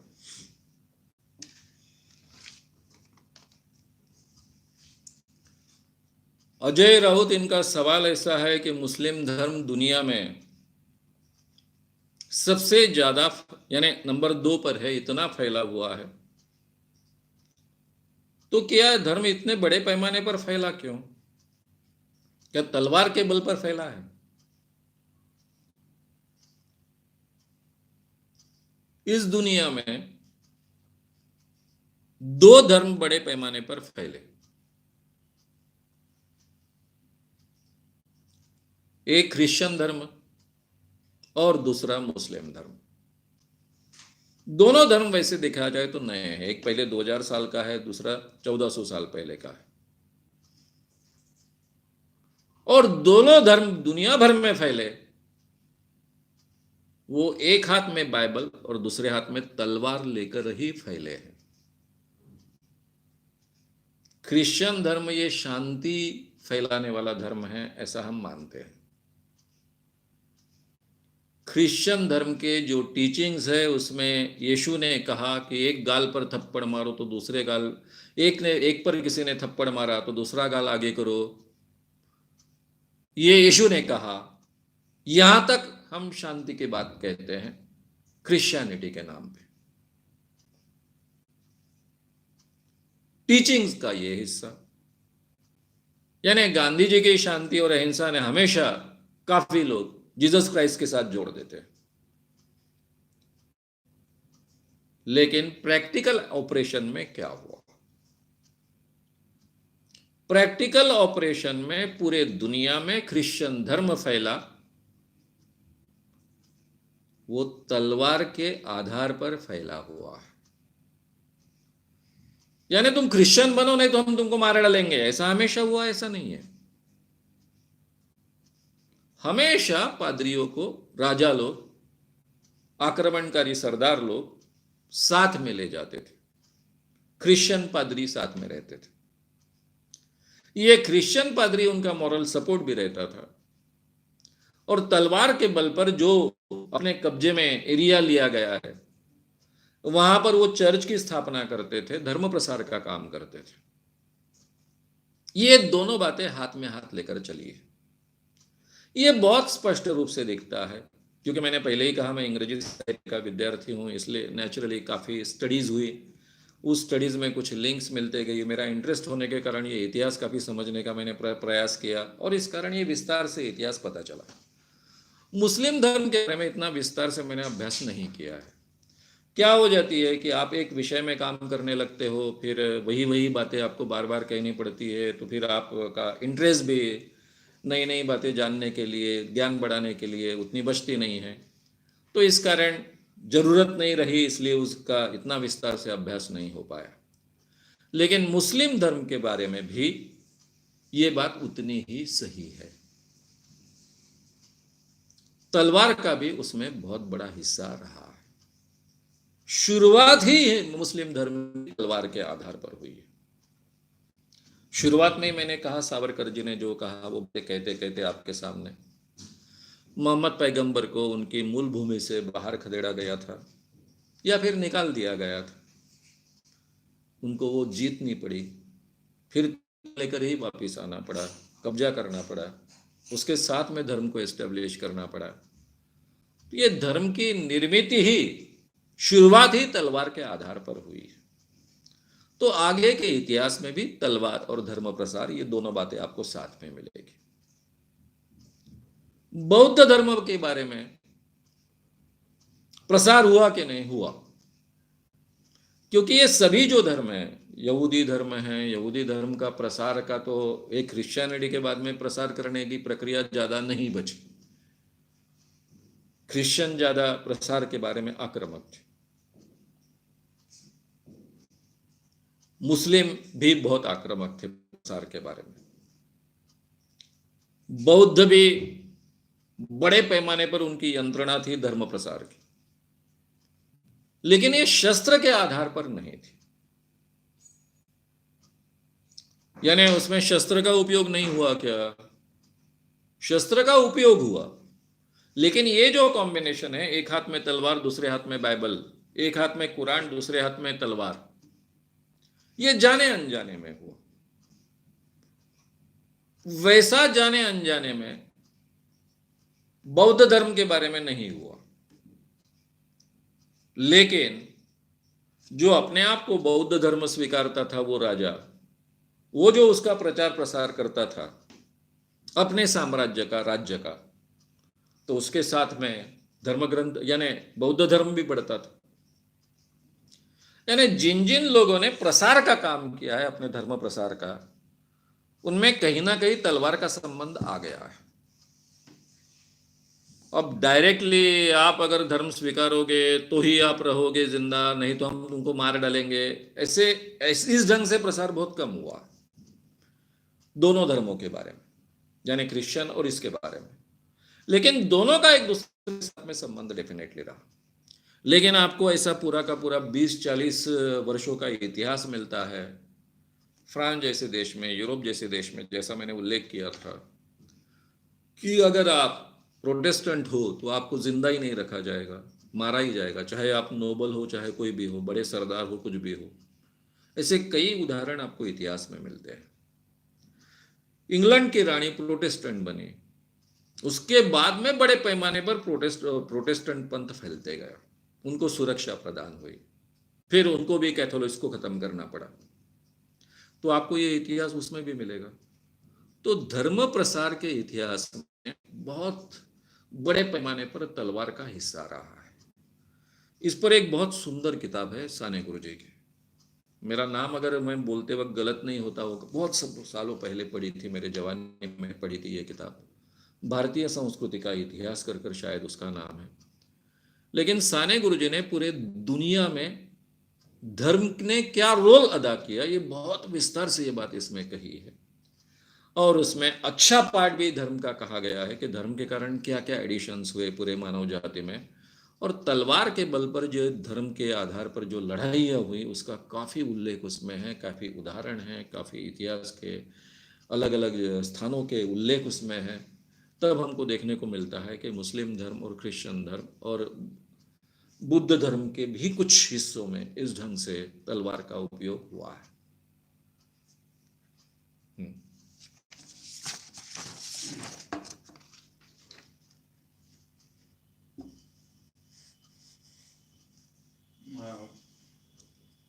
मुसलमानों में ज्यादा बच्चे पैदा होना या उनकी गरीबी क्या है, ये इस्लाम के कारण यानी उनके धर्म के कारण।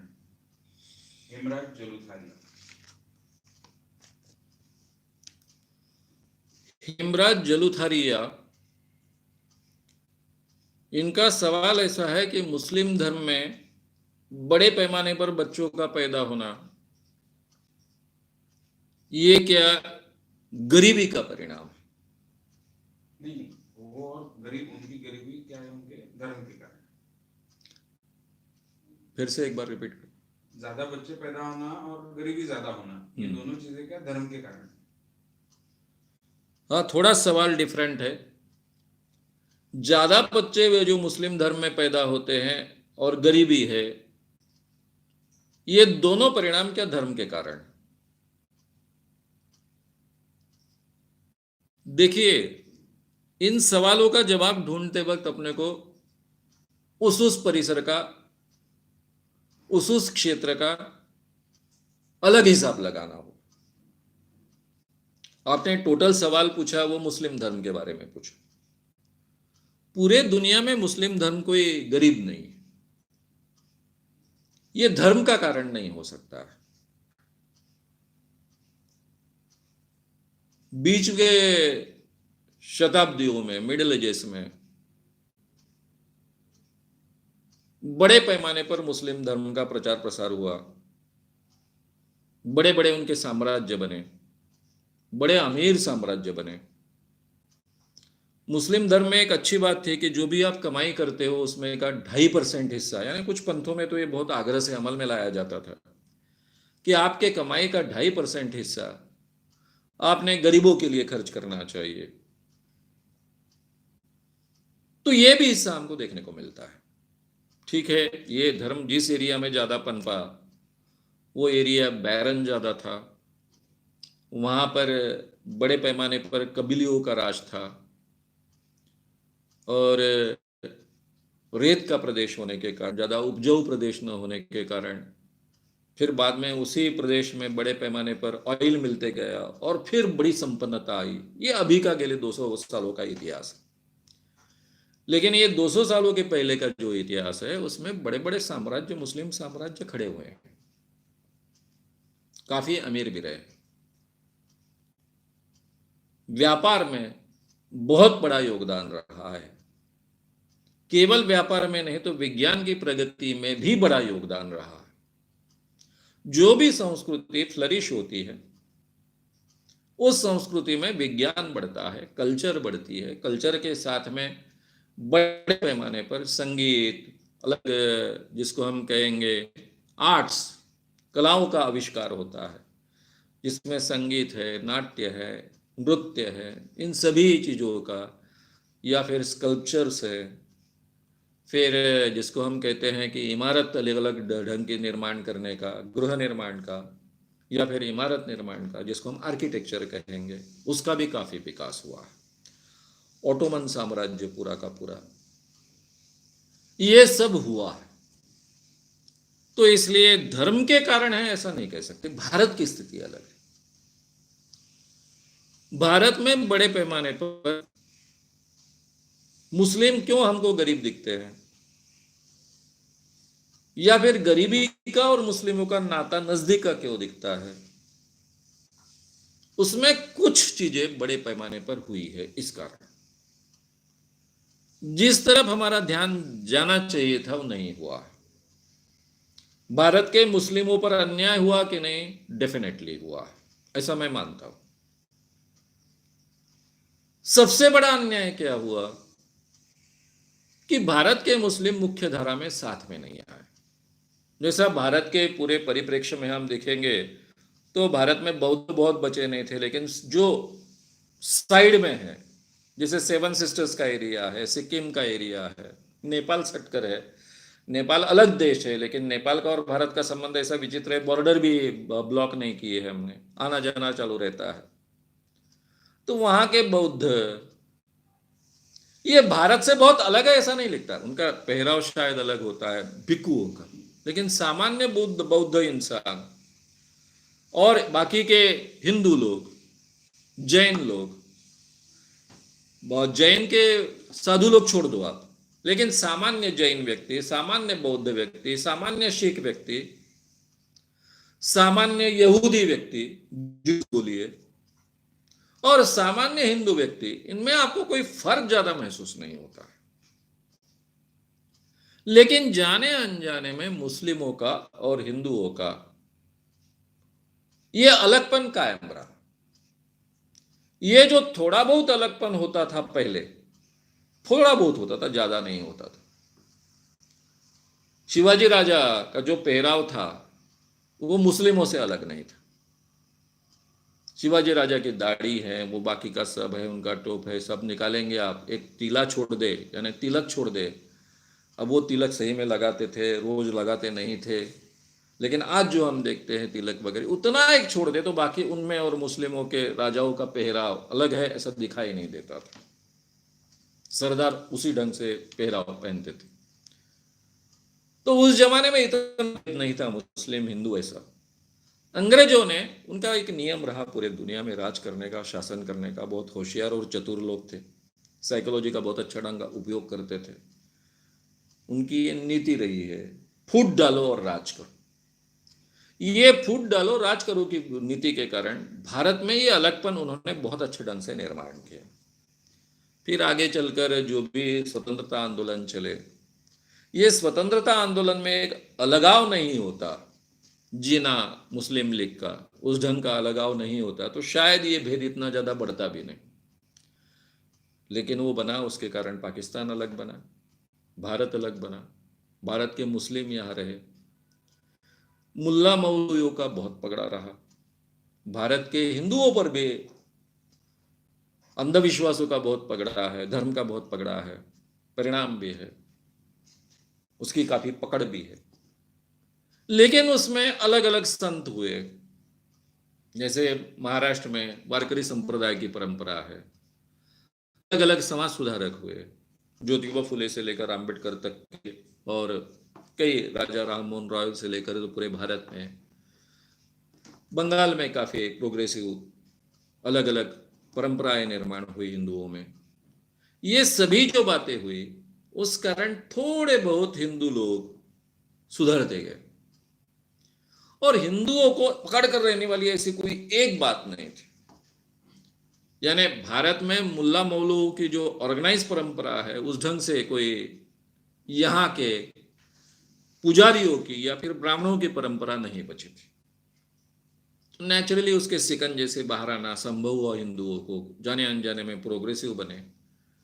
फिर कुटुंब नियोजन के जो भी प्रयास भारत में हुए, क्योंकि जनसंख्या का बड़ा प्रॉब्लम था भारत में, ये जनसंख्या के प्रॉब्लम को सबसे ज्यादा रिस्पॉन्स हिंदुओं से आया। शुरुआत में ऐसा नहीं हुआ, शुरुआत में वहां भी बहुत खिलाफत हुई, बहुत विरोध हुआ, लेकिन धीरे धीरे ये बात फैलती गई, क्योंकि उनके मन में ये डर नहीं होता कि हम अल्पसंख्यक हैं, हमको कहीं तो भी अपने आप को संभाल कर रखना है, ये डर नहीं होता है, बहुसंख्य लोग हैं। तो नेचुरली उनमें परिवर्तन होते गया, ये प्रोग्रेसिवनेस का उनको फायदा मिलते गया, ये एजुकेशन का फायदा मिलते गया, रिजर्वेशन का फायदा मिलते गया, और काफी कुछ बदलाव आया। यानी हमने कहना ऐसा कि 1947 में हमारी जो स्थिति थी आज भी वही है, यानी अपने आप को गधा साबित करने जैसी बात है। बहुत हमने प्रोग्रेस की है, अच्छी प्रोग्रेस की है, काफी बदलाव आए हैं, बहुत अच्छे बदलाव भी आए हैं, लोगों की स्थिति में भी काफी फर्क हुआ है। हाँ, खेतीहर की हालत दिन ब दिन हम खराब करते गए, लेकिन वो सोशियो नहीं है, वो ज्यादा इकोनॉमिक है। तो ये सोशियोलॉजिकल बदलाव काफी आते गए। ये बदलाव मुस्लिम समाज में बहुत कम आए, उसका कारण रहा उन्होंने अपनी अलग पहचान कायम रखने का आग्रह रखना। सबसे बड़ा अगर मुस्लिम समाज का नुकसान हुआ होगा तो उनका उर्दू के आग्रह के कारण नुकसान हुआ। उर्दू स्कूल्स, उर्दू कॉलेजेस, अगर पहले से आम स्कूल कॉलेजेस में मुस्लिम और हिंदू विद्यार्थी साथ में पढ़ते, जैसे बाकी के पढ़ते, जूस के लिए कोई अलग कॉलेज है क्या, स्कूल है क्या, अलग भाषा की कोई व्यवस्था है क्या, सिखों के लिए कोई अलग भाषा की व्यवस्था है क्या, जैनों के लिए अलग है क्या, बुद्धों के लिए अलग है क्या, बौद्धों के लिए नहीं है ना। वैसे अगर अपने आप को अलग थलग नहीं करते, ये उर्दू स्कूल की परंपरा नहीं शुरू करते, और सामान्य स्कूलों में बच्चे साथ में पढ़ते, तो शायद हमारे देश में बहुत फर्क उनको दिखाई देता, दोनों स्तरों पर फर्क दिखाई देता, गरीबी के स्तर पे भी फर्क दिखाई पड़ता, आर्थिक स्तर में भी फर्क पड़ता धीरे धीरे, और ये हिंदू मुस्लिम अलगाव है वो भी बहुत कम हो जाता। अरे बच्चे साथ में पढ़ते हैं, दोस्त बन जाते हैं, वहां का धर्म वर्ग देखते बैठते हैं, और 10 दोस्त बने लोग अगर आगे अलग अलग स्थानों पर काम करते हैं तो पहले जैसे तो दुश्मनी जैसा व्यवहार करना मुश्किल हो जाता है, काफी फर्क महसूस होता है। ये अलग थलग पढ़ना बड़ा बड़ा ही प्रॉब्लम रहा है हमारे देश में। शिक्षा साथ में नहीं थी, उर्दू स्कूल अलग, फिर उसमें वो भी सामान्य स्कूल नहीं, उसमें भी खास मुस्लिम धर्म के स्कूल, उस ढंग के स्कूल्स, उससे तो और भी ज्यादा फर्क पड़ा। और फिर मुख्य धारा में मुस्लिम लोग इस देश में नहीं आ पाए। जितनी आवश्यकता हिंदू धर्मीय या फिर बोलिए दलित जातियों के लिए थी, या फिर शेड्यूल कास्ट शेड्यूल ट्राइब्स के लिए थी, उतना ही रिजर्वेशन की आवश्यकता मुस्लिम शेड्यूल कास्ट शेड्यूल ट्राइब्स में भी है। उसमें भी शेड्यूल कास्ट शेड्यूल ट्राइब्स है जो अभी नोन है, मंडल आयोग ने जिनको यानी स्वीकार किया था, उनके कुछ जातियों को रिजर्वेशन मिलते हैं, लेकिन सबको नहीं मिलते। तो उनको भी रिजर्वेशन की अगर सहूलियत मिल पाती तो शायद पढ़ाई लिखाई में आगे बढ़ पाते, पढ़ाई लिखाई में आगे बढ़ पाते तो उसके आधार पर उसके फायदे मिलते।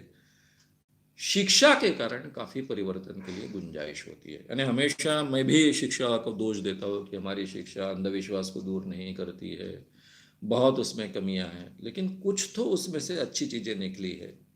एक रूपता बढ़ी है, लोगों का एक दूसरे के साथ में साहचर्य बढ़ा है, एक दूसरे के साथ में दोस्ती बढ़ी है, इसमें एजुकेशन का बड़ा हिस्सा रहा है। जाने अनजाने में ये रोल एजुकेशन ने और वैज्ञानिक प्रगति ने, एक ट्रेन में सफर करते हैं, एक बस में सफर करते हैं, एक होटल में खाना खाते हैं, इन सब का एक दूसरे के साथ में, एक दूसरे का दोस्ती बढ़ाने में, एक दूसरे के साथ में विश्वास पैदा करने के लिए बहुत अच्छा उपयोग होता है। स्कूल का सबसे ज्यादा अच्छा उपयोग होता है। तो वो जो फायदा मिलना चाहिए था वो नहीं मिला। अब इसके लिए पॉलिटिक्स जिम्मेदार है कि नहीं? डेफिनेटली। कांग्रेस का पॉलिटिक्स इसके लिए जिम्मेदार है कि नहीं? डेफिनेटली है। उसके आरएसएस का पॉलिटिक्स जिम्मेदार है कि नहीं? डेफिनेटली है। आरएसएस वाले बड़े पैमाने पर जब हिंदू मुस्लिम द्वेष का फैलाव नहीं करते तो कांग्रेस वाले उसका फायदा नहीं उठा पाते। अब पहले की गांधीयन कांग्रेस तो आगे बची नहीं। नेहरू के जमाने में ये जो फायदा है उठाने की कोशिश की गई, इसके उदाहरण मिलते नहीं। लेकिन उसके बाद में धीरे धीरे जैसे कांग्रेस वाले पॉलिटिक्स में पनपते गए, जो स्वतंत्रता आंदोलन से त्याग कर कर जो पीढ़ियां आई थी वो जैसे जैसे कम होते गई, सत्ता प्राप्त करने के लिए बड़े पैमाने पर बाहर के लोग जैसे जैसे अंदर आते गए, तो कांग्रेस की मूल विचारधारा, कांग्रेस का त्याग, ये सब चीजें बिन महत्व की होते गई। और जो एग्जिस्टिंग चीजें उनका फायदा उठाओ, जातियों का फायदा उठाओ, हिंदू मुस्लिम भेद का फायदा उठाओ। ये आरएसएस वाले और ऐसे कुछ हिंदुत्ववादी संगठन है जो डर पैदा करते हैं मुस्लिमों के मन में। उधर मौलवी डर पैदा करते हैं क्योंकि मौलवियों का फायदा है। जितना मुस्लिमों के मन में डर पैदा करेंगे उतना मौलवियों का धंधा बढ़ेगा, उनका अपने समाज पर कब्जा रहेगा, उनका अलग अलग ढंग से शोषण करने का आधार मिलेगा। मैंने विस्तार से एक बात आपके सामने रखी थी, ये जो कुछ परंपराएं हैं उसका फायदा कैसे उठाया जाता है मौलवियों द्वारा, इसके ऊपर आज तक नहीं एक बहुत बड़ी टीवी की एक थी, वो तो मैंने आपके सामने रखी थी। एक टीवी की सीरीज ली थी उन्होंने कुछ प्रोग्राम्स की, तो मैंने आपके सामने वो बात रखी थी। तो ये सभी धर्म के लोग जो फायदा उठाते हैं, ये बड़े पैमाने पर मुस्लिम धर्म में भी हुआ है। बहुत बड़ा मुस्लिम तबका मुल्ला मौलवियों के कब्जे में रहा है। पढ़ाई लिखाई का प्रमाण कम रहा है। इस कारण आपको दिखेगी कि गरीबी उनमें ज्यादा है। इसके लिए धर्म जिम्मेदार नहीं है, हमारे भारत का पॉलिटिक्स जिम्मेदार है। धार्मिक सुधार की प्रक्रिया जो बड़े पैमाने पर बाकी समाज में हुई, उतने बड़े पैमाने पर मुस्लिम समाज में वो घुस नहीं पाई। वो डॉगमेटिक बने रहे।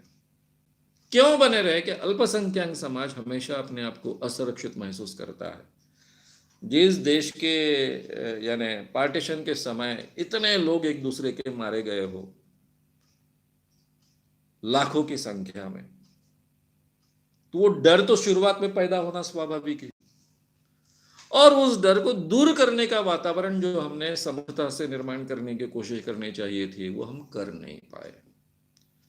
इस सब के परिणाम ऐसे है कि बड़े पैमाने पर हमको मुस्लिमों में गरीबी दिखती है, पढ़ाई का हिस्सा भी कम दिखता है, कुटुंब नियोजन भी स्वीकारना बड़ा मुश्किल है।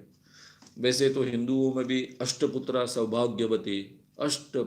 सौभाग्यवती आशीर्वाद दिया जाता है। बीच बीच में कुछ लोग चिल्लाते भी है कि बड़े बच्चे पैदा करो, मरने के लिए बच्चे तैयार करो, सैनिक बनने चाहिए दूसरों पर राज करने के लिए। तो वैसे कहने वाले मुस्लिमों में भी काफी लोग हैं, कुटुंब नियोजन के खिलाफत करने वाले लोग हैं। सबसे ज्यादा कुटुंब नियोजन का खिलाफत तो क्रिश्चियनों ने करनी चाहिए, लेकिन भारतीय क्रिश्चियन बड़े पैमाने पर इसके विरोध नहीं करते हैं। क्योंकि उनके धर्म में तो ये बहुत बड़ा अपराध ही माना गया, सेक्सी गुनाह माना गया है कैथोलिक्स में। भारत में कैथोलिक्स की संख्या कम है, प्रोटेस्टेंट की ज़्यादा है, इस कारण शायद ये होगा। तो ये सब कारण है, उसके पीछे केवल धर्म कारण नहीं है। मुख्य प्रवाह में भारत के नहीं आए, वे अल्पसंख्यक रहे। पार्टीशन की शुरुआत से ही ये एक डर पैदा हो गया और इस डर का फायदा भारत के पॉलिटिक्स ने उठाया। इन सब का मिला जुला परिणाम है। और मुझे लगता है सच्चर कमेटी, अगर नाम गलत नहीं होगा तो ये सच्चर कमेटी के अहवाल में ये काफ़ी चीज़ें आ गई है और इसीलिए ये सुधार लाने के लिए क्या करना चाहिए इसके उपाय भी उन्होंने बताया है। और आज के इसमें तो और ज़्यादा डिफिकल्ट हो रहा है, क्योंकि जिस ढंग की कल्पनाएं रखी जा रही है अलग अलग, जिसमें से भेद बढ़ेगा, तो यहाँ का मुस्लिम अगर अपने आप को सुरक्षित नहीं महसूस करेगा, जो भी समाज सुरक्षित होता है वो प्रॉस्पर करता है, जो सुरक्षित महसूस नहीं करता है उसकी प्रॉस्पेरिटी चारों तरफ से दब जाती है, वो अपने आप को जिंदा रखने में ही अपनी पूरी शक्ति लगा देता है, प्रॉस्पेरिटी की तरफ उसका ध्यान देना बड़ा मुश्किल हो जाता है। तो ये हर समाज की दिक्कत होती है, वो इस समाज को भी भारत में भुगतने पड़ रही है। और एक सवाल,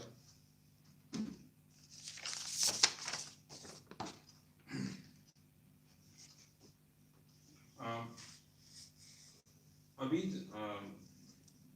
अभी इन दिनों संघ प्रमुख मोहन भागवत जी ने कहा कि भारत के सभी 130 करोड़ लोग हिंदू धर्म के ही हैं, तो क्या ये गलत कथन नहीं?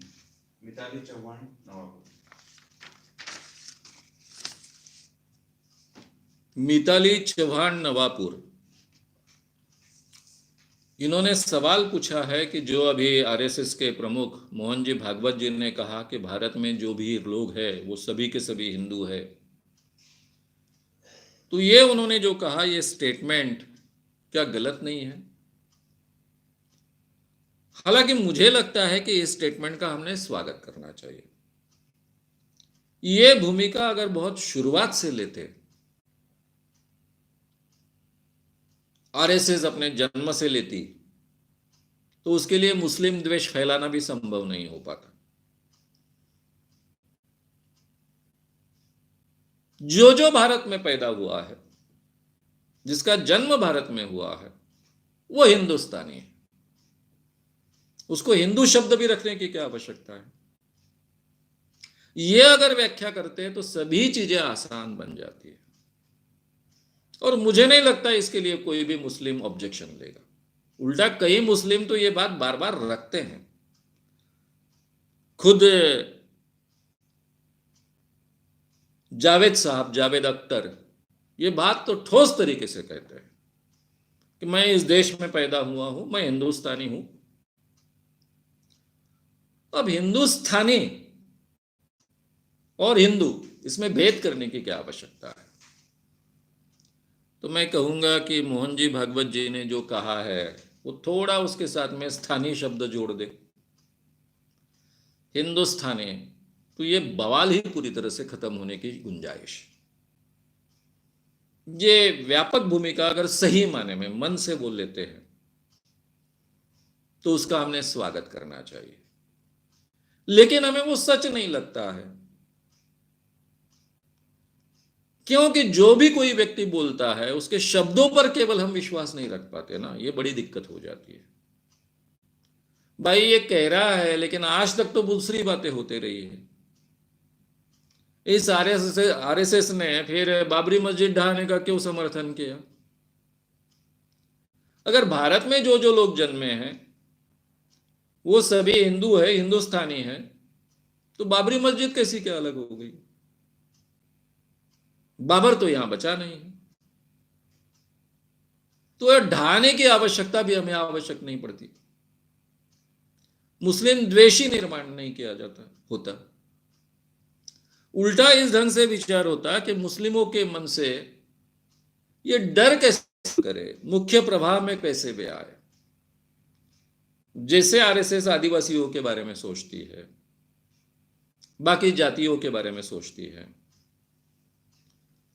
अस्पृश्यता आरएसएस कभी अमल में नहीं लाती है, जबकि आरएसएस में ज्यादातर ब्राह्मण लोग होते थे पहले, धीरे धीरे बाकी की जातियां उसमें आती गई। मैंने बचपन से देखा है, मेरे कई टीचर्स आरएसएस वाले थे। मेरे घर में एक आरएसएस के प्रचारक रहते थे, क्योंकि मेरे पिताजी घर भाड़े से देते थे, 3 रूम हम भाड़े से देते थे, एक पूरा का पूरा ब्लॉक वर्धा में। तो वो बिल्कुल नॉनवेज पसंद नहीं करते थे, कोई अंडा खाने वाला भी उनको नहीं चलता था। सबसे सेफ क्या होता था कि ब्राह्मण लोग नहीं खाते थे उस जमाने में, तो मेरे यहाँ ज्यादातर ब्राह्मण लोग ही भाड़े करू रहते थे। उनमें एक आरएसएस के प्रचारक भी थे। तो मैंने आरएसएस के लोगों को देखा है, आरएसएस के टीचर्स के घर में मैं उनके किचन तक गया हूं, उनके टेबल पर बैठकर खाना खाया है। मैंने कहीं भी वहां, बाकी भी दलित लड़के आते थे, शेड्यूल कास्ट शेड्यूल ट्राइब्स के लड़के आते थे, उनके साथ भी सेम व्यवहार होता था। मैंने कहीं भी अस्पृश्यता अमल में लाते हुए इन लोगों में नहीं देखा। ये जो अच्छी बातें कुछ है जिसकी हमने सबने तारीफ करनी चाहिए, तो यही बात हो जाती ना मुस्लिमों के बारे में, क्रिश्चियनों के बारे में, तो ये पूरे देश में बवाल ही नहीं खड़ा होता और इतने भेद भी निर्माण नहीं होते, एक्शन रिएक्शन की चेन ही नहीं बढ़ती और कई प्रॉब्लम हल हो जाते। लेकिन ये पुराना इतिहास नहीं रहा है, हिंदू मुस्लिम दंगों का इतिहास रहा है। जाने अनजाने में भड़काने में बात रही है, या कम से कम हम सब मानते हैं मैक्सिमम लोग कि इसमें आरएसएस का हाथ होता है। और इसलिए मोहन जी भागवत जी ने जो कहा उसको स्वीकारना लोगों को बहुत कठिन लगता है। लेकिन फिर भी मैं कहूँगा कि उनका ये स्टेटमेंट, ये उस पर कायम रहे और वो अमल में लाने की कोशिश करे, केवल उसके साथ में हिंदुस्तानी शब्द जोड़ दे, तो एक अच्छा वातावरण निर्माण करने के लिए इसका बहुत सुंदर उपयोग हो पाएगा। अभी जो देश में वातावरण बिगड़ा है, बहुत बिगड़ा है, आगे उससे भी ज़्यादा बिगड़ने की गुंजाइश है, वो डर है। इसीलिए कल हम विषय ले रहे हों, ये जो नागरिकता अमेंडमेंट बिल है उसके बारे में का विषय ले रहे हैं, वो उसी लिए ले रहे हैं। तो इस वातावरण में ऐसे स्टेटमेंट का सही माने में, प्रामाणिकता से अगर ऐसे स्टेटमेंट आते हैं तो उसका एक अच्छा असर होने की गुंजाइश है। मैं ऐसा मानता हूं कि हर व्यक्ति बदल सकता है। आरएसएस जैसा पहले उनकी जब निर्मित हुई थी 1925 और समथिंग उसके आसपास, वैसे ही आज भी कायम रहा है, ऐसा मानना योग्य नहीं होगा। उनमें भी काफ़ी बदलाव हो सकते हैं, हम में भी काफ़ी बदलाव हो सकते हैं, ये हमने मानना चाहिए और वो स्वीकारने की तैयारी रखनी चाहिए। तो मित्रों, मुझे लगता है हम यहाँ रुकेंगे। कल रात को 8 बजे हम मिल रहे हैं। मैंने विषय आपके सामने रखा है कि कौन सा रहने वाला है। नागरिकता संशोधन कानून पर इतना बवाल क्यों? विरोध में जनसैलाब क्यों उमड़ पड़ा? क्या यह संविधान विरोधी है? मुस्लिमों को देश के बाहर खदेड़ने का यह षड्यंत्र है? एनआरसी का इतना डर क्यों? एनपीआर एनआरसी का पहला कदम है क्या? इन सवालों का जवाब हम कल बहुत विस्तार से ढूंढ रहे हैं। उसका हमारे देश पर क्या असर होगा, इसके बारे में भी हम चर्चा करेंगे। तो कल रात को 8 बजे मिलेंगे। फिर से कुछ सूचनाएं मैं याद दिलाता हूं। 6 से 9 जनवरी को पर्सनालिटी डेवलपमेंट का वर्कशॉप है। जिन लोगों को उसके संदर्भ में कुछ भी जानकारी प्राप्त करना है वो संपर्क कर सकते हैं 9096194461 पर। जिन लोगों ने अभी तक सब्सक्राइब नहीं किया है यूट्यूब चैनल को, वो कृपया सब्सक्राइब करें, बेल आइकॉन भी दबाइए, साथ में ही बड़े पैमाने पर शेयर कीजिए, लाइक भी कीजिए, फेसबुक को भी लाइक कीजिए, शेयर कीजिए। और मित्रों, आपके सवाल हमारे लिए बहुत ही महत्व के होते हैं। जिन सवालों के जवाब बचे होंगे वो बाद में क्वेश्चन आंसर के साथ में रिकॉर्ड कर वो प्रसिद्ध किए जाएंगे। अभी यहाँ रुकते हैं। ये बेहतर इंसान बनने की प्रक्रिया का हम हिस्सा सभी मिलकर बनते हैं। गुड नाइट, शुभ रात्रि, धन्यवाद धन्यवाद धन्यवाद। श्याम मानव चैनल को आपका समर्थन देने के लिए चैनल को जरूर सब्सक्राइब करें। चैनल के नोटिफिकेशन पाने के लिए बेल आइकन भी दबाएं।